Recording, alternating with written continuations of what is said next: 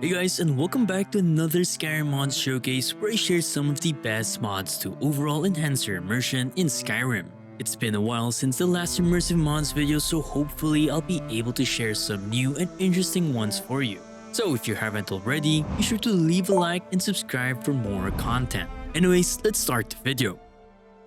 We know immersion is one of the most popular mod categories out there. It just feels different when playing Skyrim, but with mods it makes the world feel more immersive. When Skyrim feels repetitive and robotic, there's no doubt that we want to make Skyrim's world a living, breathing world where every interaction and every location has depth.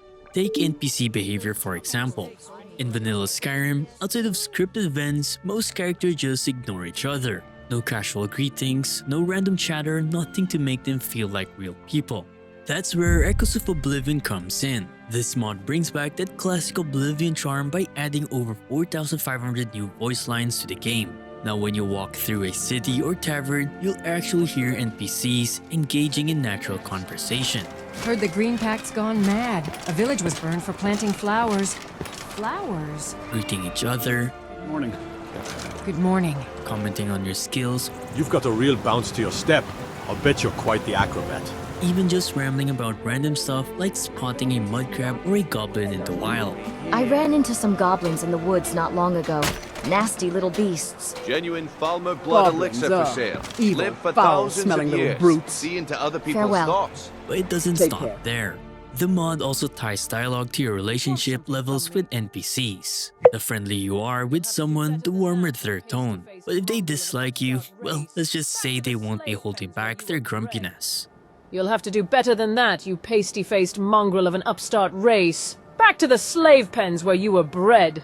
It's a small change overall, but it makes the world feel so much more dynamic. Anyways, here are a few more voice lines you may expect. By the way, do you happen to know what the fine is here in Skyrim for necrophilia? Just asking. Excuse me? I don't know you, and I nothing. don't care to know you. Legendary. Make love Is like that a so? zebra cat, or crush your enemies to dust. Get out of my way before I have you slapped in irons. They say a skeever in Markarth's learned to pick locks, keeps sneaking into the Silverblood's treasury for snacks. Interesting.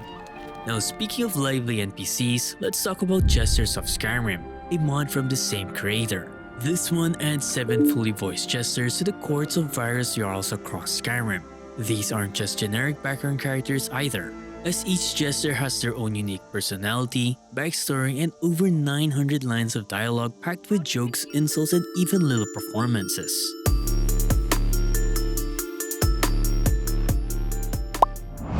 Imagine walking to Dragon's Reach and hearing the jester roasting the court mage, or crackling a joke about the Jarl's latest political blunder. It's honestly those little moments that makes the world feel lived in.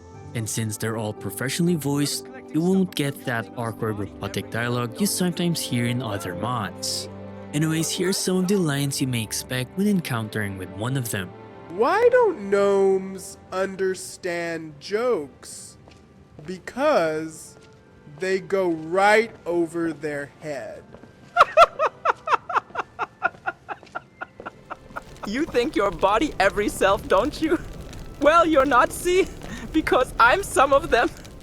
Why do Forsworn paint themselves in blood?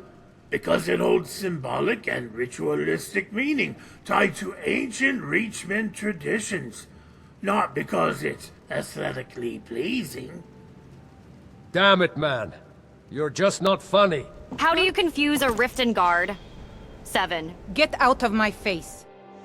Next, we have diverse chicken coops. If you notice, chickens in Skyrim are basically homeless. They roam around the location 24/7, prone to being attacked. I mean, where do they even lay their eggs? With this mod, however, chickens will now have their own hen houses, as this mod distributes 17 different hen house designs throughout Skyrim. The design of each variant is truly remarkable, as the author got inspiration from real-life hen house designs, ensuring that these new additions will fit well within the world of Skyrim.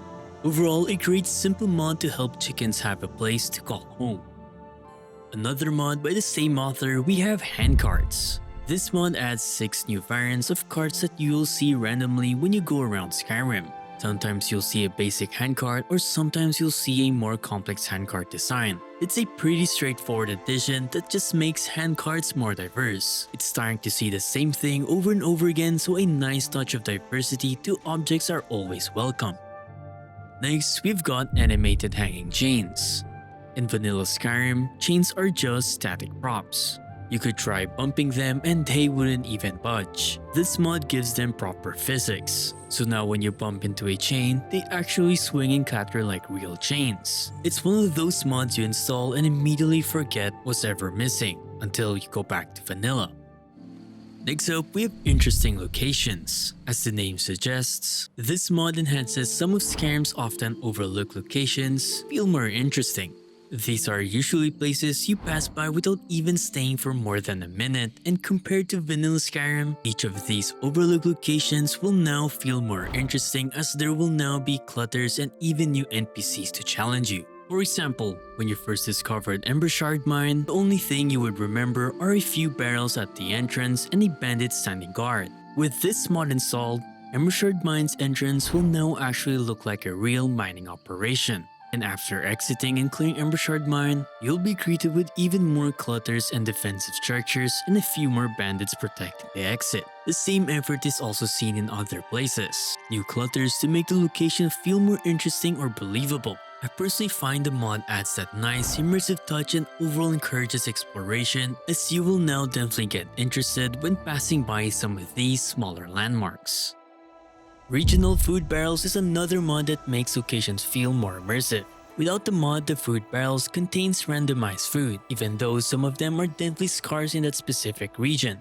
This mod fixes that by making barrel contents actually reflect the region they're in. For example, in Dawnstar or any city in the colder regions, you'll now find a lot of horker meat, clams, and vegetables that grows in colder climate. While in Falkreath, you'll usually find vegetables that grows around the area. Occasionally, you can even find some apples. I personally find this a simple change that makes it more immersive overall. Next, we have Metal Attracts Lightning Rod. As the name suggests, this mod makes it so when a player or an NPC holds a metal weapon during a thunderstorm, there will be a chance that the NPC or player to be struck by lightning, dealing massive amount of damage. Personally, I find the mod really immersive as it makes total sense. Now, there's something to watch out when encountering bad weather such as thunderstorms. What's also thoughtful by the author is that the mod has its own MCM menu, where you can customize the chance percentage of a lightning striking you or an NPC when they hold a metal weapon. Overall, a small but fun immersive addition that I recommend you guys to try out. Moving on, we have NPCs React to Fire, a mod that should have been in the base game. As the name suggests, this mod basically lets NPCs now react to being set on fire. It was honestly already weird that in vanilla Skyrim, NPCs don't really have any reaction even though they are currently burning. And now with this mod adding over 50 new voice lines, you won't get tired of hearing NPCs reacting to you setting them on fire.